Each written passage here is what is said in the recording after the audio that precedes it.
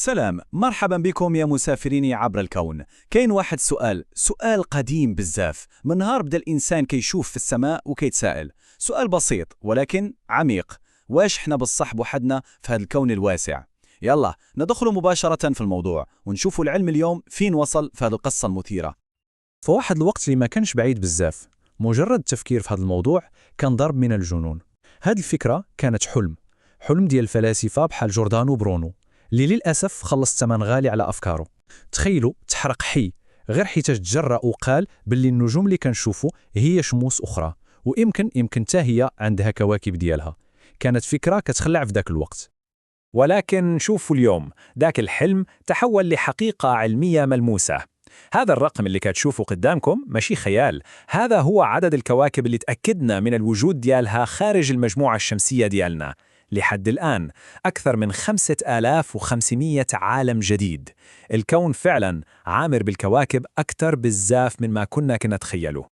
إذن السؤال باقي هو ما تبدلش من أيام جوردانو برونو لدابا، ولكن الأدوات اللي عندنا باش نجاوبوا عليه هي اللي تبدلات بشكل جذري. اليوم ما بقيناش غير كنتسائلوا صافي، لا، اليوم ولينا كنكتشفوا وكنحللوا هاد العوالم البعيدة بشكل مباشر. اوكي، ولكن قبل ما نبداو نقلبوا على كواكب كتشبه الأرض، ضروري تعرفوا واحد الحاجة مهمة. الكون عامر بعوالم غريبة لدرجة أن الخيال ديالنا كيعجز يتصورها. عوالم كتحدى كاع داكشي اللي كنعرفوه على الكواكب. مستعدين تشوفوا بعد من أغرب ما اكتشفناه؟ أول كواكب اكتشفناها خارج المجموعة الشمسية ما كانتش في بلاصة عادية، ما لقيناهمش كيدوروا حول نجم بحال الشمس ديالنا، لا، لقيناهم في بلاصة اللي كان كيقول عليها العلم مستحيلة، كيدوروا حول جثة ديال نجم ميت. واحد النجم نيوتروني اللي هو بقايا نجم انفجر وكيدور على راسه بواحد السرعة جنونية. وشوفوا معايا هذه المقارنة العجيبة. على اليسار عند دوك الكواكب الأولى اللي لقينا كتعيش في واحد الجحيم ديال الإشعاع حدا نجم كيدور 160 مرة في الثانية الواحدة. وعلى اليمين عندنا كوكب آخر سميتو 55 كونكري إي. هذا عالم السطح ديالو عبارة على محيط كامل من الحمم البركانية، والعلماء كيعتقدوا أن القلب ديالو بسبب الضغط والحرارة الهائلين ممكن يكون مكون من الألماس الخالص. وإذا كان هاد الشي كامل كيخلع، شنو غنقولوا على كوكب WSP-76b؟ تخيلوا معايا، هاد الكوكب قريب بزاف من النجم ديالو لدرجة أن الحديد كيتبخر في الجو ديالو. نعم، الحديد كيولي غاز، والرياح القوية كتدفع هاد البخار ديال الحديد للجهة المظلمة والباردة من الكوكب، تما كيتكاتف وكيطيح على شكل شتا، ولكن ماشي شتا ديال الماء، شتا ديال الحديد السائل. منظر مرعب بصح. اوكي، من بعد هاد الجولة في هاد العوالم المرعبة، يلا نرجعوا لواحد شوية ديال الأمل، حيتاش الهدف الأكبر ديال العلماء ماشي هو يلقاو هاد الكواكب جهنمية، ولكن يلقاو ديك البلاصة اللي ممكن تكون فيها الحياة كيف ما كنعرفوها.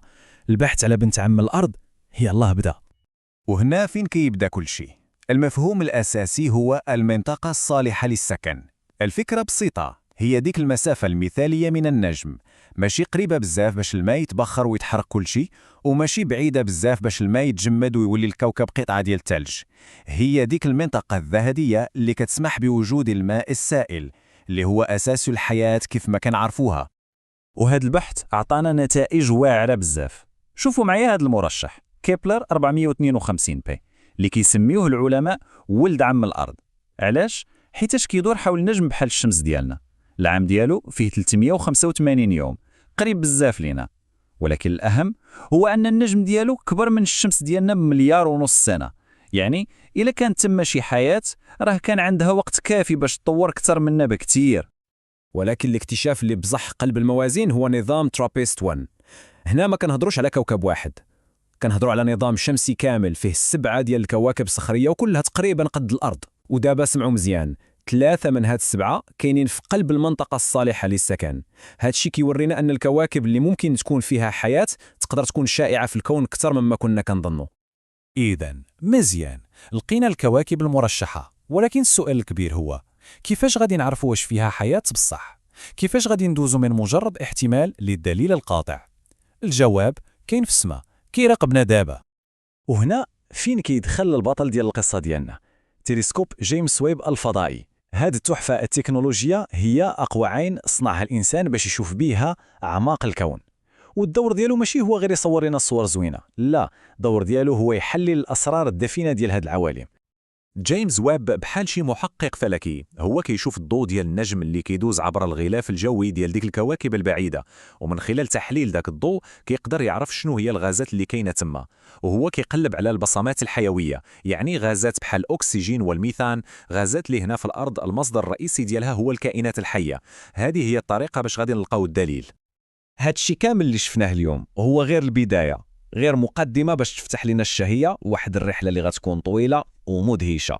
وهادشي علاش قررنا نخصو سلسلة كاملة باش نحاولوا نجاوبوا على هاد السؤال الكبير، واش حنا بوحدنا؟ فالحلقات الجاية غادي نتعمقوا في كل موضوع بوحده، غادي نرجعوا بالتفصيل الكواكب الموتى وكواكب جهنم، غادي نهضروا على بنات عم الأرض ونشوفوا الأدلة على وجود الماء، غادي نكتشفوا عوالم المحيطات الغريبة والمدهشة، وغادي نرجعوا نعيشوا الرعب الكوني مع الشتا ديال الحديد، وفي الأخير غادي نشوفوا كيفاش جيمس ويب غادي يقود البحث الأخير على الحياة. كونوا في الموعد. وهكا كنوصلوا للنهاية ديال هذا المدخل، ولكن كيبقى واحد السؤال كبير ومحير كيتردد ديما. إلا كانت الكواكب الصالحة للحياة شائعة لهذه الدرجة، وإلا كان الكون قديم بزاف وعنده مليارات السنين، فين هما الآخرين؟ علاش هاد الصمت الكوني الرهيب؟ علاش مازال ما تواصل معنا التواحد؟ شنو رأيكم؟ كتبوا لنا في التعليقات، ونتلاقاو في الحلقة الجاية باش نزيدوا نتعمقوا في هاد اللغز.